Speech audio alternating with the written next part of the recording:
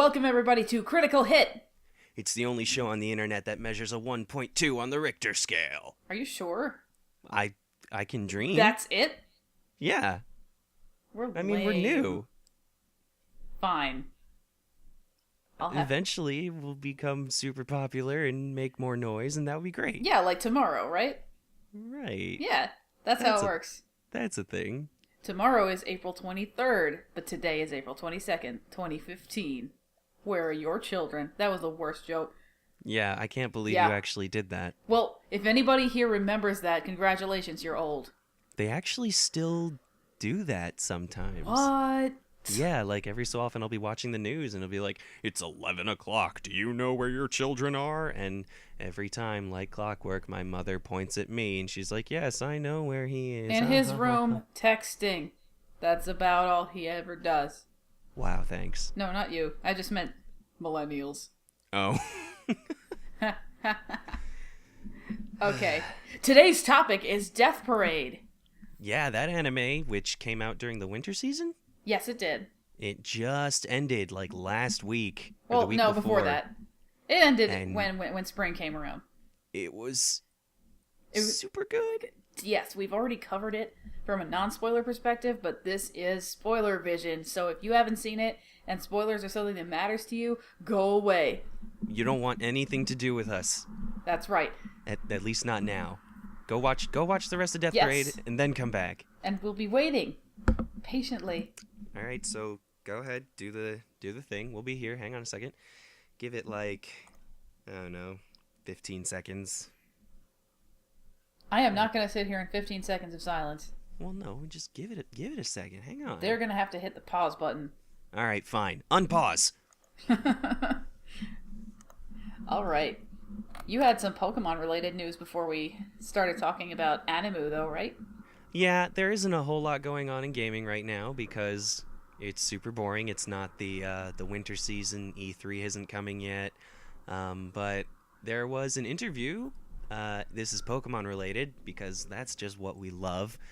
There was an interview with Ken Sugimori, and during the interview they were talking about other Mega Pokemon possibly. Right. And what? Right. Right. So there's a character in Ruby and Sapphire, the new ones, that is supposed to be instructing you on how to do secret base stuff. I forgot his name. It's like Aarune, Aarune. Right, it was all weird sounding. That's why I couldn't remember. I'm assuming it's like Aaron. Secret base dude. Secret base dude. He's got a Flygon, and there may have actually been. They were working on a Mega Flygon. Fuck those guys. How could they give up on Mega Flygon? I guess they ran out of time. Well, apparently, they couldn't make up their minds and agree on a design. And then they ran out of time. Yeah, well, yeah. I mean, if you're gonna make something like that people are going to end up seeing and possibly using all the time, you want it to look like, you know, something that you want to see all the time. Mega Lucario looks hella rad. Yeah.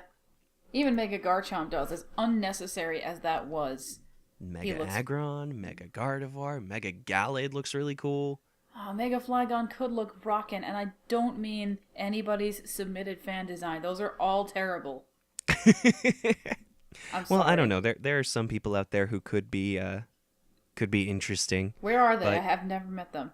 I don't know. They don't work for Game Freak. Exactly. You don't work for Game Freak either. Yeah, but I'm not here making Fakemon designs trying to fool people like a douchebag. Well, some people like making Fakemon as just a thing to do. Yeah, I know. God, Judith. You can always tell when it's a Fakemon. Well, yeah. Did I just lose a bunch of fans? Am I too Yeah, mean? all 4 of our fans All are 4 of them angry are at gone. you. Oh, Thank no. you, Judith. This is all your fault. We're talking into the void. Where all the souls go. Right. There was that and information about possible future Mega Pokemon, but nothing is confirmed, so I'm not going to bother going into detail about it. DLC for a Pokemon game would be so awesome. Yeah, I hope should they have been do it. doing. Mega Milotic too, or Milotic, however the hell you say it. I say melodic. I know everybody else does. I've always said Milotic, but I'm probably saying it wrong because that just sounds like a million ticks. Ew, ew, no, Judith, no. Judith, why? Is there a tick Pokemon? Yes, Joltik. Oh, right. And then it evolves into a tarantula, just like all ticks. Right, that's what they do. Yep. I would know. My dog had plenty of them a few summers ago. They all turned into tarantulas and just ran around the apartment. And you still live there. Yes. I gassed those things to hell. We're getting I guess way you would off have topic, to. though. Nobody wants to hear about that. No, let's go back to Literally Death nobody. Parade. Let's go back to Death Parade. Yes. That's important. So, today's major topic is Death Parade. Dan is graciously setting aside incredibly boring game news so that we can just talk about anime. I'm so generous. Right? So, to recap, Death Parade just came out this year. It was a winter season anime, usually considered a weaker season, but I'm starting to think that's absolute bullshit. Yeah, it's really hard to just say, oh, this is the weaker season, this is the weaker season. Guys, they all have good ones, they all have bad ones. Stop being a dick. Yeah, we've already compared winter to spring. Yeah. No, let's not talk about that again. Let's keep talking about Death Parade. It's a dramatic psychological thriller at, how many episodes long was it? 12. Just 12, right? It was so short. Yeah, one season. Done by Studio Madhouse, which is awesome. And based off of a short that was submitted to Anime Mirai for a bunch of younger animators to show off their stuff, called Death Billiards, which is basically a single episode. Could you talk about Death Billiards for a second? Because I didn't see it. I haven't seen it yet either. I should.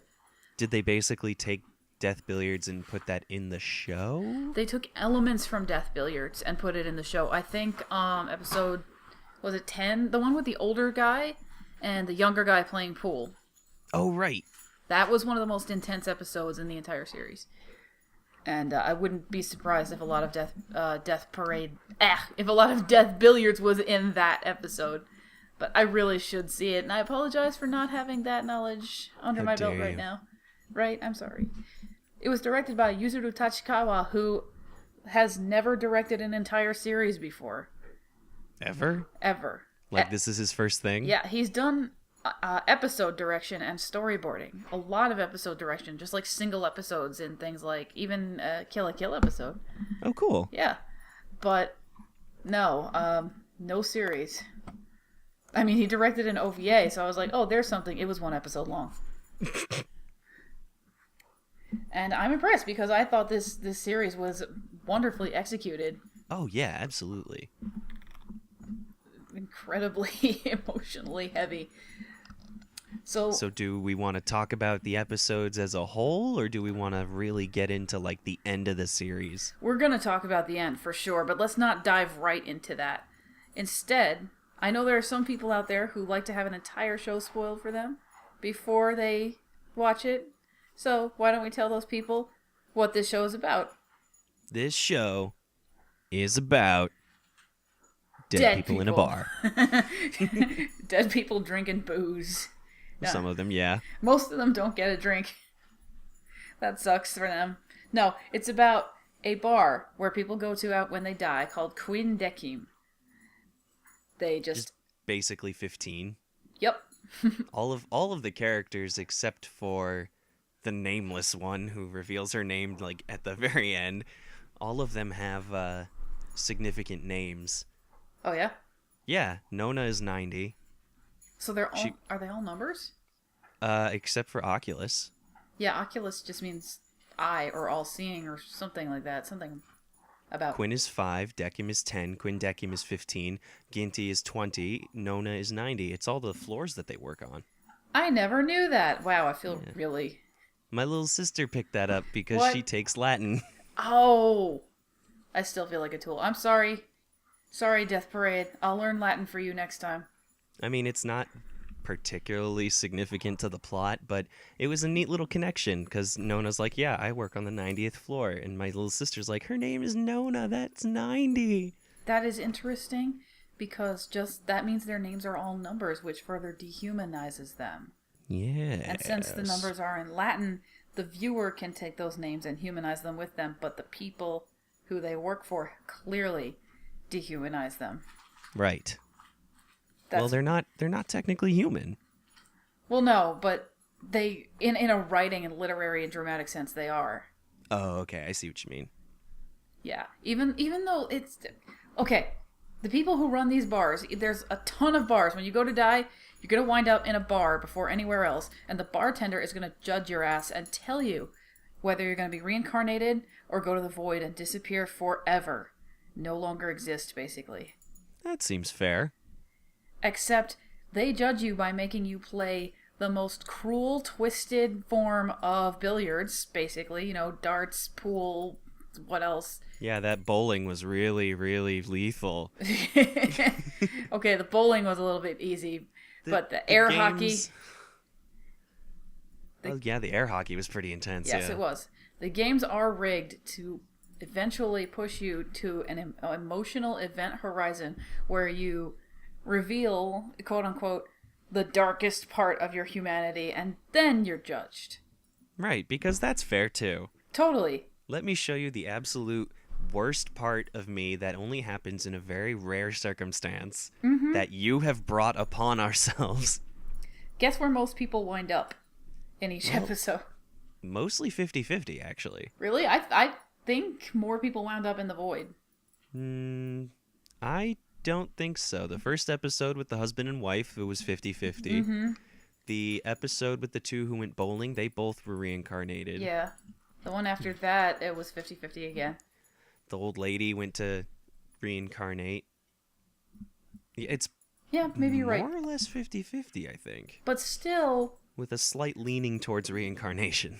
a lot of the people who wind up going to, I guess, what you would consider hell in this situation, just the void, you never really totally feel good about it.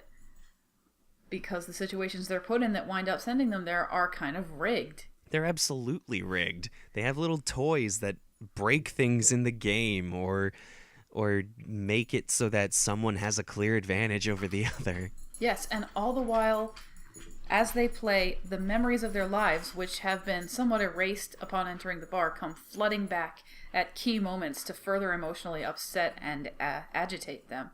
Right, you don't know how you died when you got there, but about don't even know halfway you're through dead. the game. Yeah, you don't know you're dead. You don't know what happened and how you got there. All you know is that you're in this weird, kind of cool looking bar with a stranger, possibly, and this guy is threatening to kill you if you don't play his game. Not directly threatening to kill you, but pretty much just saying, yeah, you can't leave until you finish the game, and your life may or may not be at stake.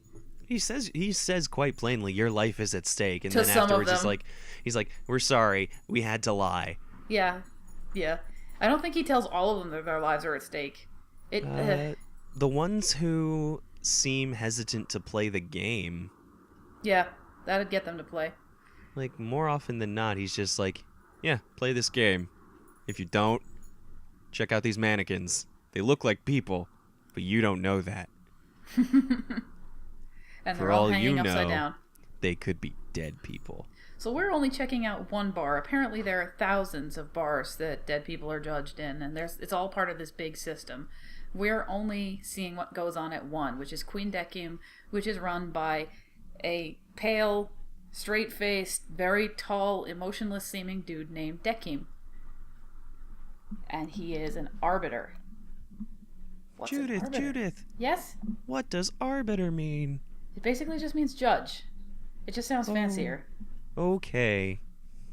So in the world of Death Parade, all arbiters are essentially bartenders, which is because that's really rad, and they get to wear vests, and Yeah, they look so classy. yeah, they really look very classy. And yeah, they all live by certain rules. What were those rules again? Rule number 1. Something having to do with an arbiter must be a judge. Right. Okay. Well, The rules basically say arbiters must be impartial. They can't have emotions. They can't experience life or death because they've Right, never because lived. then they would become partial. Yes. And they can't have human emotion. Because that's biased. Yeah. It's kind of messed up. It's like getting judged by a robot who just throws fireballs at you until you start crying. Well, it kind of is like that, but a little fancier. Yeah, I guess if you had to put it that way, it does kind of make sense. It seems like that, especially Dekim, because he's very robotic. Yes. Despite them saying that they don't have emotions, a lot of them do act like they have emotions. The one in charge of most of them, Nona, clearly has thoughts and beliefs about what's going on. Ginty, the other arbiter, is pissed off all the time. I always thought that was an emotion. I don't know if that's an emotion for him so much as it is a personality. I guess. I mean, you get to hear his inner thoughts at some points. Yeah, towards the end, when he starts questioning, that's when emotion starts coming into it, because he's been exposed to Dekim and his... Alright, spoilers. Dekim, unlike any other arbiter, has been given human emotions. Right. He doesn't know it. No one else knows it except for Nona, who did it. Mm-hmm.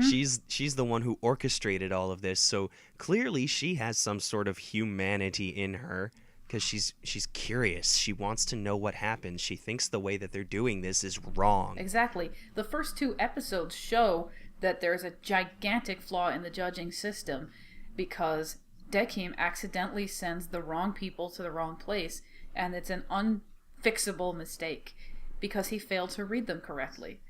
It's only because Nona introduces a human, a girl who doesn't remember her name, how she died, and only that she is dead. She's the first one to remember that. She introduces her to Dekim and says, "This will be your assistant." And that girl points out all of Dekim's flaws in judgment and says, "I think you sent that woman to the wrong place." And then in the second episode, you get to see it from the outside perspective, and they kind of explain what the deal is, and the nameless woman quite plainly says to Nona, hey, she's lying about what's going on so that she can save her husband. What do you not see this? Am I the only one who sees this here? Guys, come on, you're doing this wrong. So, unlike most series, which would probably make probably use the first episode to make the system look like it works, they don't. They show you immediately it's busted. Super flawed, because who are you to judge man? And that's a big theme in this. And Nona has decided to take it upon herself to try and subtly change the system by creating an arbiter, Dekim, with human emotions and giving him a human to work with. And it goes from there. Hopefully the human will be able to influence Dekim's emotions even further. Mm-hmm. Which they do. Yeah, of course. Each episode is kind of episodic because it features different characters who have led different lives and how they handle their judgment and what kinds of games they go through. And they're more or less unrelated to each other, but there is that underlying thread of Nona doing her job. Yes. And there's the overarching plot of Dekim continuing to make judgment calls by the old rules, and the black-haired woman continuing to get growingly uncomfortable with watching all of this go down until she attempts to directly interfere and tell a man not to do what he's about to do in order to save his soul. Oh, well, right. That was at the end of the air hockey episode. Yes, it was. The air hockey episode was right towards the end. I didn't think they could outdo themselves after the air hockey episode. I was wrong when it comes to the end. So let's talk about the air hockey episode, I guess, because that was when all of this, the system is broken and there's clearly something wrong with it, and you can't really judge these people by the situations that you put them in. That's where that really all comes to a head. Mm-hmm. It's right there. Throughout all the other episodes, the nameless woman, she doesn't really influence anything that's going on. She sits back and watches, but she's very clearly uncomfortable with what's going on. Yeah. And she'll say a couple things to Dekim, like, "Why did you push that button? That just made everything worse." Yeah, stop messing with it. Why are you interfering? And towards the end, this is like maybe this is episode 9 out of 12. Yeah, 9 and 10, I believe. So these two guys show up. One of them is a detective. The other one is just a guy. Oh, wait, it's 8 and 9. Whatever. Oh, whatever. Who cares? So the detective and random ass dude show up in Queen Dekim, and they go through the whole spiel. You don't remember anything that's going on here? Okay, play this game. Yeah, and they strike up a bit of a camaraderie. Their memories slowly start returning, and they both remember they died with an unfulfilled purpose. Both of them died wanting to seek revenge against somebody who had harmed or killed a loved one in their life. They wanted revenge. The detective lost his wife. Yes, the detective lost his wife to a murderer who wanted revenge on him, I believe. And the young random ass dude wanted. Random ass dude. That's what he was, basically. He was like a college-aged guy. He was a college-aged guy who had to drop out of school so that he could support his sister after his parents died. Right. Then his little sister winds up the victim of sexual assault. Mm-hmm. And he wants revenge on that guy. He wants revenge on that guy by killing him. So he dedicates the rest of his life to hunting down the guy who raped his sister. And both of them wind up in Queen Dekim believing that they haven't fulfilled their task. As their memories return, they start playing air hockey. And as they're playing the most intense game of air hockey I've ever seen. Yeah, to give you an idea, if you don't know what the games are like, each air hockey puck has a picture of a vital organ on it. And when that organ gets hit into the goal, I believe your opponent, if you score, your opponent feels extreme pain in whatever organ that is. And it can be anything from your brain to your butt. It could be your eye. There was a butt one on the dartboard, was there by the really? way. I didn't even notice. There was a butt. You can get the pain in your heart, your eye. It's intense. It's excruciating. It very much impairs your ability to continue playing clearly. And it brings back memories. Yes, it brings back memories, too. It's physical and mental trauma. And it's air hockey. So while they're playing this beautifully animated, hyper-intense air hockey game... Beautifully animated. You start to see the story of the two of them, and it's actually they're connected to each other, so they wound up there for a reason in that same room. Mm-hmm. You end up finding out that everybody who winds up there is connected in some way to the person that they're playing against. That's true. I believe it didn't occur to me until just now. Whether it's just an actual literal connection or kind of like a figurative one, it's usually a literal one. Right, like you're married, you were in the same place when you died, but in this situation, one of them actually killed the other. Because... So, yeah. It turns out that the detective, saw the sexual harassment, saw the rape happen. And he was tracking nothing to stop it. He did nothing. He was tracking these guys down because they were connected to his wife's murder. Right. So he saw the rape happening and did nothing to do to intervene. And while the sexual assault was happening, the victim, the young guy's sister, saw that there was a second person watching who did nothing. She tells her brother, because after he kills one of them, his task isn't done. There was a second. He just watched. His job's not done.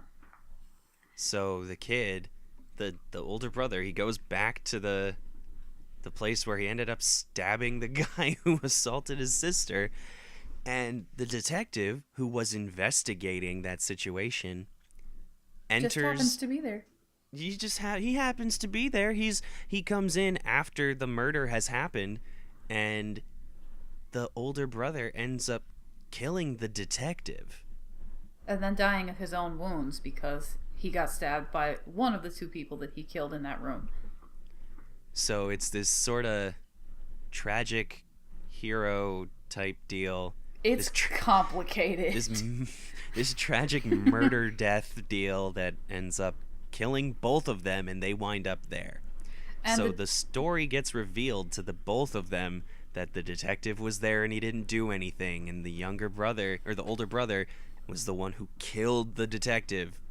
And so they finally finished their hockey game. And now they know the full truth. And the game was just meant to bring out the truth, as it always is, not to determine a winner or loser in the afterlife. Right. The games aren't you win, you get reincarnated, you lose, you go to the void. Not at all. It's you win, whatever. If you were a terrible person and you react horribly in the game itself, You're probably going to the void. You're probably going to the void. Yeah. If you were a great person and all your memories are happy, which they never are, and you still react terribly to the game, you're probably going to the void. Yeah, there's really only one game that ends... No, two games that end happily. Mm-hmm. For both people, at least. Yeah. So, after the game ends, the older brother... The detective kind of reveals that he took on this incredibly nihilistic worldview after he avenged his wife. I'm a dick Batman. Yeah, pretty much. Where he just keeps on vigilanteing and killing people who do bad things, but he has to watch and make sure that he can ascertain what kind of a bad person they are before he stops them. What's Judgment. Yes. So it's very ironic, if you catch my drift. And he goes into a big ass spiel about what the world is really like and how what he did is truly right, and he starts deliberately antagonizing this poor kid. And so the poor kid who's freaking out about the fact that his little sister was assaulted. This guy before him had the opportunity to do something about it and didn't. And he's still enraged about this, reasonably. Mm-hmm. Very reasonably. And he's dead now, so he can't keep protecting his sister. And this guy keeps egging him on and further and further and further. And Deku makes the situation much worse by restraining the detective with a bunch of strings, letting him talk his mouth off some more, and then putting a pile of air hockey pucks in front of the kid and saying, you can stab the shit out of these and he'll feel every hit. And yeah.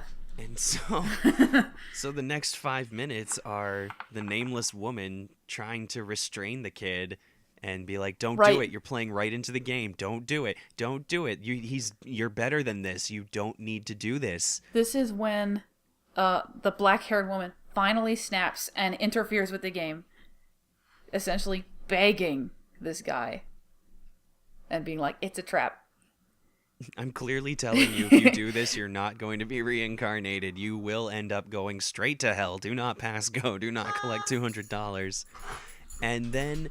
the detective is still being a dick the whole time. He doesn't give up. Yeah, he's like, I did this because this is what my wife would have wanted. I am judge, jury, and executioner. Meanwhile, the black-haired woman is still saying, you'll get to be reincarnated. There's no such thing as heaven and hell. You could be born again. You could see your sister again. Isn't that more worth it than making this guy's body organs hurt?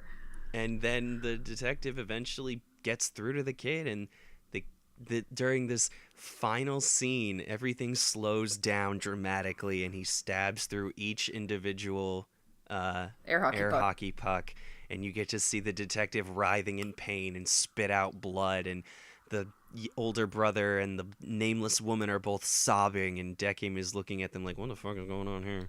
Well, no, Dekim's just making his usual expression of nothing. His expression of, You never get to see what he's thinking until the very end.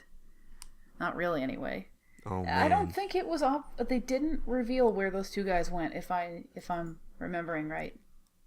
But they probably went to the void because this system is so fucked. Yeah. I would not be surprised if both of them ended up going to the void. Yeah, I remember watching the end of that episode. I was upset. I was like, how much harder do they have to hammer in how fucked up this system is? Those people didn't deserve to... I know, it's awful. It's really bad. Yeah. And, throughout the series, you're like, okay, this is kind of screwed up, but I get a little bit what they're saying. And it does kind of make sense in the moment, and there's really no other way for them to judge. But then you get to this episode, and you're like, no, this is the opposite of okay. Yeah. Even that one episode early on with the woman who was kind of a bitch and who did a lot of bad things to get where she was going, and... Oh, the TV star? Yeah, and she was really nasty to her competitor. even though she was such a terrible person, they showed where she had come from and what she wanted to accomplish and how it wasn't completely selfish and that her life had been very complicated and she was very complicated. And the fact that she went to the void kind of broke my heart a little bit. Yeah, it was pretty bad. Like, they even had a moment at the end where Dekim hugs the both of them and he's like, it's over. You don't have to keep doing this. I'm going to give you a hug and a pat on the back and you're going to be okay. And then bye-bye, Void. Yeah. Except you. You're not going to be okay. Right. You're done. Bye. Peace. That's exactly the thing. When somebody gets sent to hell in, like, Hell Girl, another show about, lots of revenge and afterlife and stuff, when somebody gets sent to hell there, you kind of feel good. Because they fucking deserved it. There's one character who drowns an entire bathtub full of puppies and then gets sent... What? Yeah, Welsh Corgi puppies, too. Oh. And then she gets sent to hell. And you're like, yeah, fuck you, revenge fantasy. In this, you never feel good about it. No, not even the detective, because he sort of has a reason for what he did, too. And he truly loved his wife, and the trauma he went through was what turned him into the monster he was. Like, there is no person in this show who definitively deserved to be sent to the void. Because people like that actually very rarely come along. Once in a Hitler. Even then, like, I know this is really stupid for me to say this, but he wasn't genuinely, truly evil. Just everything he fucking did. Yeah, I mean, I, being Jewish and having this right, long-standing tradition of escaping death through every oppressor imaginable, it's hard for me to validate really anyone's decision to be a dick, especially to that degree. But being a human being, I still can't 100% condemn anybody. Dan is not being a Hitler apologist, but saying no, God, no, that guy was a douche. But saying instead that there's no such thing as a truly evil human being unless they're a psychopath or sociopath. But even then, there must be something you can argue. like wrong, unhinged, whatever. But even then, it might be something that's, it might be some form of psychosis that just needs to be dealt with. But there's no such thing. To me, there's no such thing as a truly evil person. And that's a completely valid thing to think, and that is where this show is going. For the most part, if not all people, most people are very complicated and can't be judged this way. Oh yeah, that's one of the big issues with the show that the show tries to cover. It's like, how can anybody judge somebody else, especially when they don't have the same experiences or the same emotional empathy or any emotional empathy to begin with? Yeah, empathy is like probably the most important thing to this series theme. It really questions the whole heaven and hell judgment of God and any kind of religion that says one person goes this way, one person goes another, definitively split down the middle. It's so good. And it's so pretty. And this wasn't even the ending. This was just... Oh, yeah, no, this isn't even the last episode. Yeah, this was like the climax where everything just, like Dan said, came to a head, and it has to go down from here. But it didn't. Well, we have a little bit of a lapse episode where that old woman comes in, plays old maid, knows what's going on. She's like, I'm really old. You don't gotta play games with me. I'm probably dead, aren't I? Yep, my life was good. Thanks for seeing me off. I really enjoyed that episode. It was very sweet and very touching, and that old woman was so cool. Yeah, she was. And when she figured out that she was dead, and she's like, yeah, you know what? I'm old. This makes sense. They were playing Old Maid with cards that represent parts of who they are, and this woman was a mangaka. Right. And she saw a character that she had never actually drawn, but it existed in her head, and she's like, I never did this. And Dekim's like, whoops. Oh, you're very smart. Have fun being reincarnated. Yeah, but the importance of this episode was not just as some emotional breathing room, because we all kind of needed that after episode 9. But also, this woman illustrated the book, which allows the nameless woman to start recalling her memories. She remembers that her name is Chiyuki. I'm glad that you remembered that because I didn't. I didn't forget it. I went through 9 episodes not knowing what to call her. Everybody just called her Onna, which means woman. Oh, yeah. Yeah. Yeah, and she had a really cute sounding name. And also, this is the episode where Oculus starts to figure out what Nona's up to. Oculus is the closest thing this world has to God. That's what he calls himself. He's got lotus hair, lotus beard, super cool character design. He seems really nice at first. He says that he's the closest thing to God, but he also explains that he is the same type of being as the Arbiters. Except his eyes are different. His eyes are different. His eyes are fully dilated, which is really weird. Yeah, there's a little creepiness to him. Mm-hmm. Like every time he's there, he's a little bit creepy, but... And when you first meet him, he's like, "Oh, Nona, don't you want to play pool with me? It's been so long. We Why never don't you hang go out easy anymore. on me?" Oh, I'm so cute and old." And in this episode, he's just like, "That bitch has been fucking with my shit. Shit's gonna go down." And then he does this weird thing with his beard where he grabs onto the guy who runs the elevator and reads his mind, and he gets pissed. he tries to do it to Nona, but she's awesome and gets out of the way. Yeah. But he already has it figured out. And he doesn't like it, but he doesn't stop it. And that being Dekim's emotions. Yeah, he doesn't interfere with anything, which kind of goes in with the whole "I'm the closest thing to God," because God is supposed to not interfere as well. But he's clearly unhappy, like very unhappy. His kindly image just vanishes for the rest of the show. At least I thought it did. Well, yeah, I mean, he's still smiling, but it's not a happy smile. And they give him all these great lighting shots where, like, part of his face is in shadow, and it's like, this guy is serious business, and he's been just kind of dicking around the whole series. Basically. Chiyuki remembers that she's dead, that she had a family once. Well, she already knew she was dead, but she remembers she had a life, basically. She remembered her name. She remembered that she really liked figure skating. Yes, her memories start coming back to her very, very slowly. But also, Nona is specifically ordering her memories, which she can do. She can order the people in charge of the memories to send some over. Yeah, that's just how that works. Because, she and Dekim both basically reveal Chiyuki's not here forever. She's here to be judged, too. She's here to be judged, but also she's really there to help out with the whole human emotions thing. Yes. But yes, she will eventually be judged. And that's coming up. Episode 11, she starts chipping. Because actually, whenever anybody enters this bar, they're never physically there.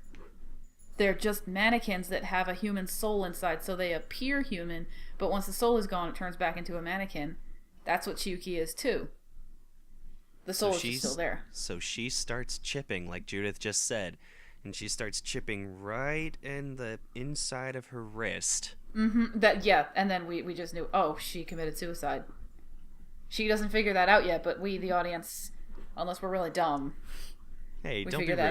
That out. Not everyone has to deal with that kind of thing. Yeah, I know.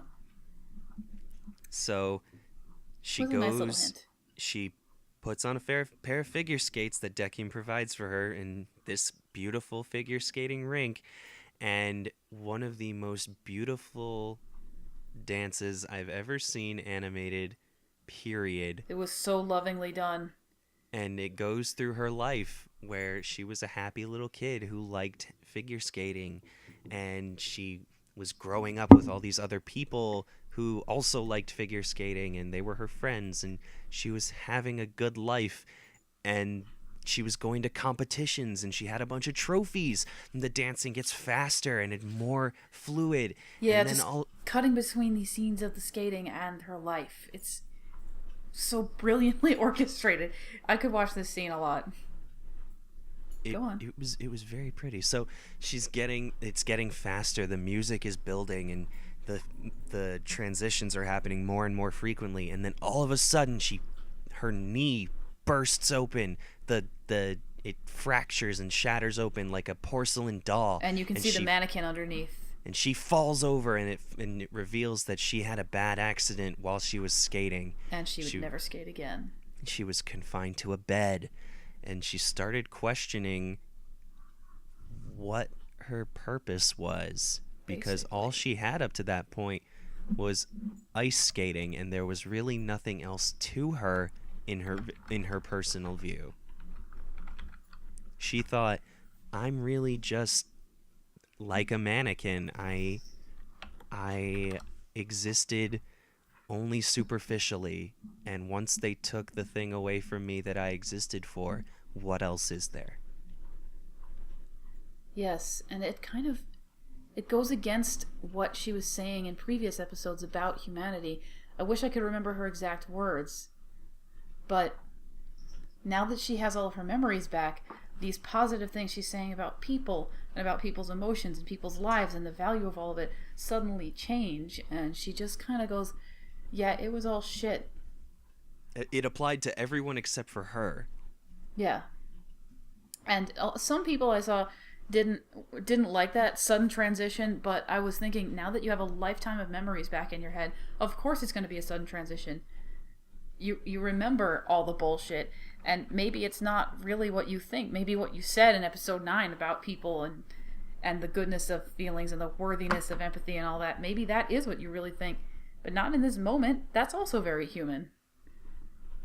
Yeah, they did a good job with the humanity of each character. Yes, I really liked Chiyuki.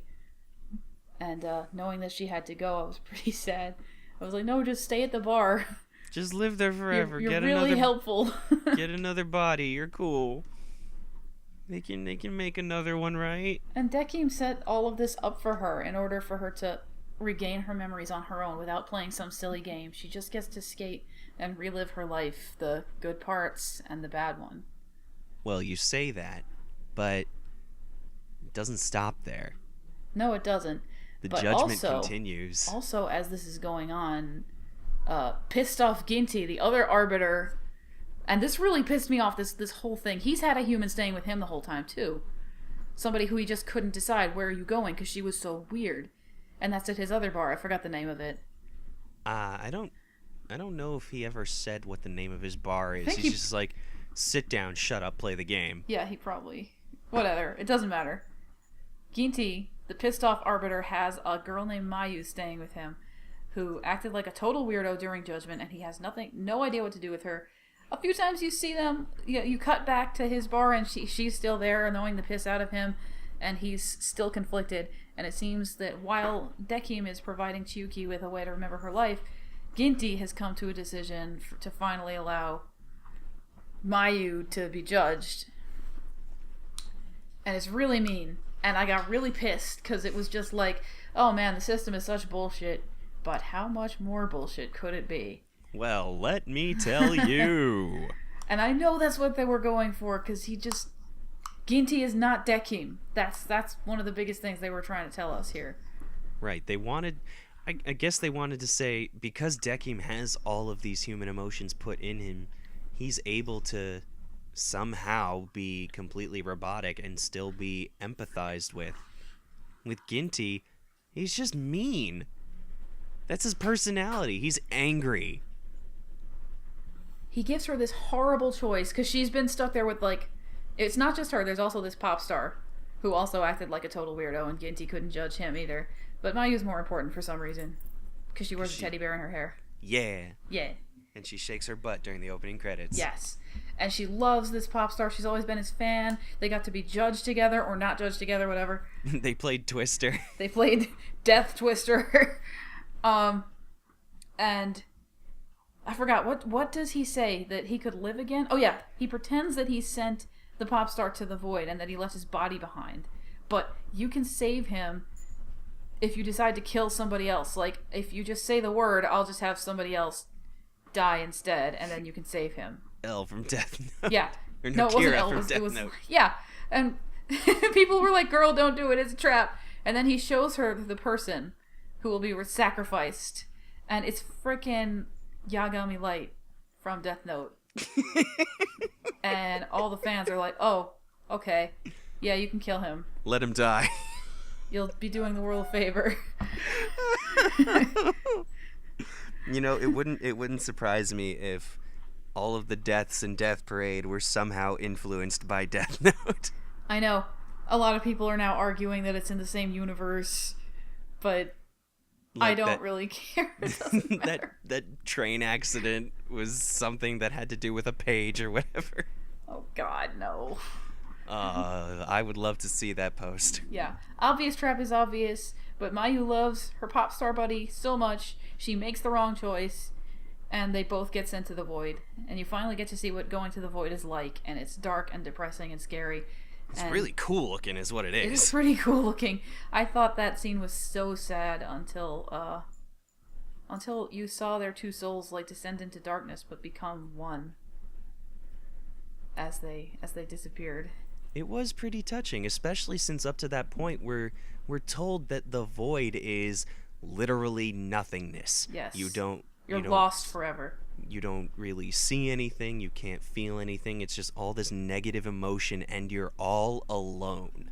For eternity. For eternity. And There's no coming back from this. Natalie had some theory. I'm trying to remember what it was because she really wanted me to say it. Oh, I know this theory. I okay. thought it was very clever, and I committed it to share. memory. Okay, so Mayu and the pop star get sent down to the void by means of one of the dark, evil elevators, and she's holding on to him, and they start floating because the speed of the elevator is too much. Right. And their bodies start chipping away in the same way that Chiyuki's did, and it's all over, and they're connected to each other. They're holding hands the whole time. And then the elevator stops, their bodies shatter, and their souls are sent into the void. And Mayu is holding on to the pop star, who was just starting to come to. Me. Yeah, he's starting to wake up, and he sees her, and it's the last thing he sees. And then they get sent down to the void together, and they're still holding on to each other. Their souls are still holding on to each other.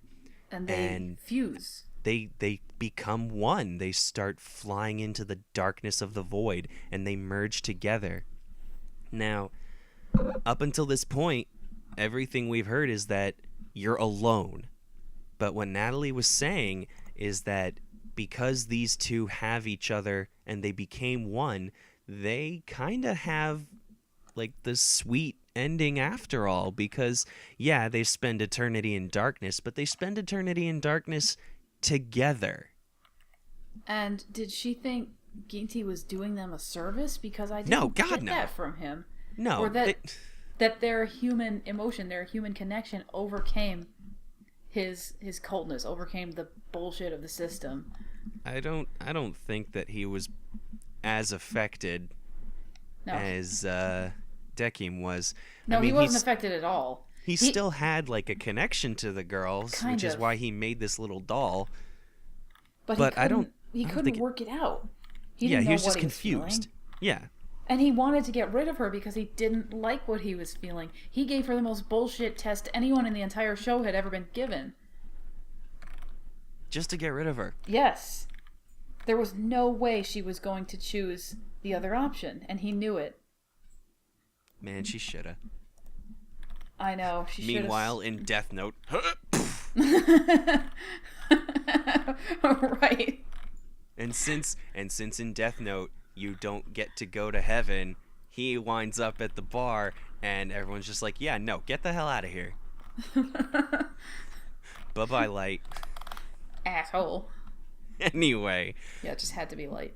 What continued on from Natalie's theory was, because the two of them are together in the void, it may end up sparking some sort of destabilization. That maybe. I mean, she used the word revolution a lot, and I'm like, it's not really a revolution. It would be more like a chain reaction. Like a gradual thing. Maybe. Like the idea of two people... There is that one different thing in there now. Yeah, the idea of two people being together in the void where you're supposed to be alone. It sounds like something that shouldn't exist. And because it shouldn't exist, it may end up being rejected or change the entire system. Yeah, spoilers, a lot of questions are left unanswered at the end. All of the questions are left unanswered. Yes, because they weren't as important. In the final episode concludes Chiyuki's arc, and it concludes Dekim's emotional arc, where he learns that he has emotions, and they start actually manifesting. So, Judith, do you want to cover the last bit of Chiyuki's judgment? The last bit of Chiyuki's judgment is almost equal in bullshit levels with what Ginty did to Mayu. It's just not quite as mean, but still, it's really mean. Dekim essentially knocks her out by giving her a drink called a Memento Mori. Haha. And He's the best bartender. he brings her down to the bottom. Like, the entire bar system is a bunch of floors that you reach for different elevators. He brings her down to the bottom where all of the mannequins are thrown away like it's a giant dumpster. And he puts her in a scenario where she's back on Earth, or at least she thinks she is, and she's looking in through the house of her own family, and she sees her mother offering a bowl of meat stew to the shrine she made for her daughter after her passing, and speaking to her. And in this incredibly heartbreaking scene, Chiyuki sees how much her mother has been harmed by her death, and how little she valued her life and what that means now, and she just breaks down really hard. It was definitely one of the, it was devastating. It was really kind of hard for me to watch. Yeah. I mean, I don't have nearly as much of a connection to that sort of thing that you did, but especially if anybody has ever dealt with a victim of suicide or a suicide attempt and see the way this mother is suffering, and it's just, it rips your heart right out. It's the worst. But it's very effective. It not only do you see the mother suffering, but Chiyuki's suffering too, because she comes to the realization, I've made a huge mistake. Mm-hmm. And we see that a lot in any sort of death related show where they can see how they've left an impact. Mm-hmm. But this was just so, it was well done. Unfortunately, it was well done. And all of Chiyuki's mother's sorrow transfers directly to her. And I just remember that one last part where her mother is huddled over and clutching the doll that Chiyuki used to carry. That was I couldn't take anymore. Excuse me. It was beautiful. Yes. And it was all a lie. Well, before it's all revealed as a lie, Dekim gives Chiyuki that awful little button that he's been pushing to fuck with people, and he says, if you push this, you can be alive again, but somebody else out there is going to die. And she comes so close to pushing that button because she's just put in that emotionally rending situation. But then she remembers basically everybody from every episode we've seen so far. She basically comes to the conclusion that I can't do to anyone else what I did to my own mother. It's not fair. And That's right. Her good nature comes out in the moment where supposedly her dark nature should come out. Mm-hmm. And then Dekim starts crying. After watching this entire thing, not just the audience is clutching their hearts and welling up, but Dekim is clutching his heart and really, really reacting to all of this and trying to stay cool, but he can't. They both end up sobbing. Yes. He reveals everything to her, and he's like, I am so sorry. This was the only way I thought I could judge you. I'm so sorry. What have I done to you? And remember, he has never made a facial expression through this entire series, and now he's crying. Big giant tears, sobbing. I'll admit, it's pretty fucking awesome. Yes. And then Chiyuki holds him and they have this moment. And then she gets sent to be reincarnated. Yeah. I mean, they calm down first. Yeah, I mean, yeah. But this whole, somebody once called this episode an emotional suplex, and it really really is. Yeah. It had a lot of emotional stuff to tackle, and it's easy to wind up doing that tastelessly. You know that back-breaking thing that Bane does to Batman? Yeah. Just imagine that we take your heart and do that about 4 times. That's the end of Death Parade. It ends with, it gives you a little smile, you know? 'Cause yes, it does give you a little bit of happiness at the end, because after everything's said and done, Dekim is back at his job at the bar. he can now smile. Yes, he actually puts on a smile instead of his stone face expression, and he has a replica of Chiyuki, just like every other person that has been through his bar has been judged, and he kept the mannequin as a memento and has been filling up his bar with all of these mannequins that look like the people that came through. And he puts Chiyuki right next to his bar. So it looks really creepy, but you look at it and you go, "Oh, he cares." And that is how it ends. None of the questions about the system are answered. None of the questions about what Oculus is going to do are answered. We don't know what happens with anything that Nona has tried. Yeah, all we know is that Nona dodged Oculus that one time and still gets to keep her job for some reason. And we do know that Oculus added a 4th rule that arbiters may not work with humans, for that will ruin them.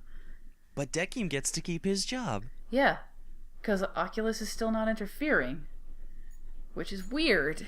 He just kind of puts a band-aid on the situation. By making a new rule that people are already breaking.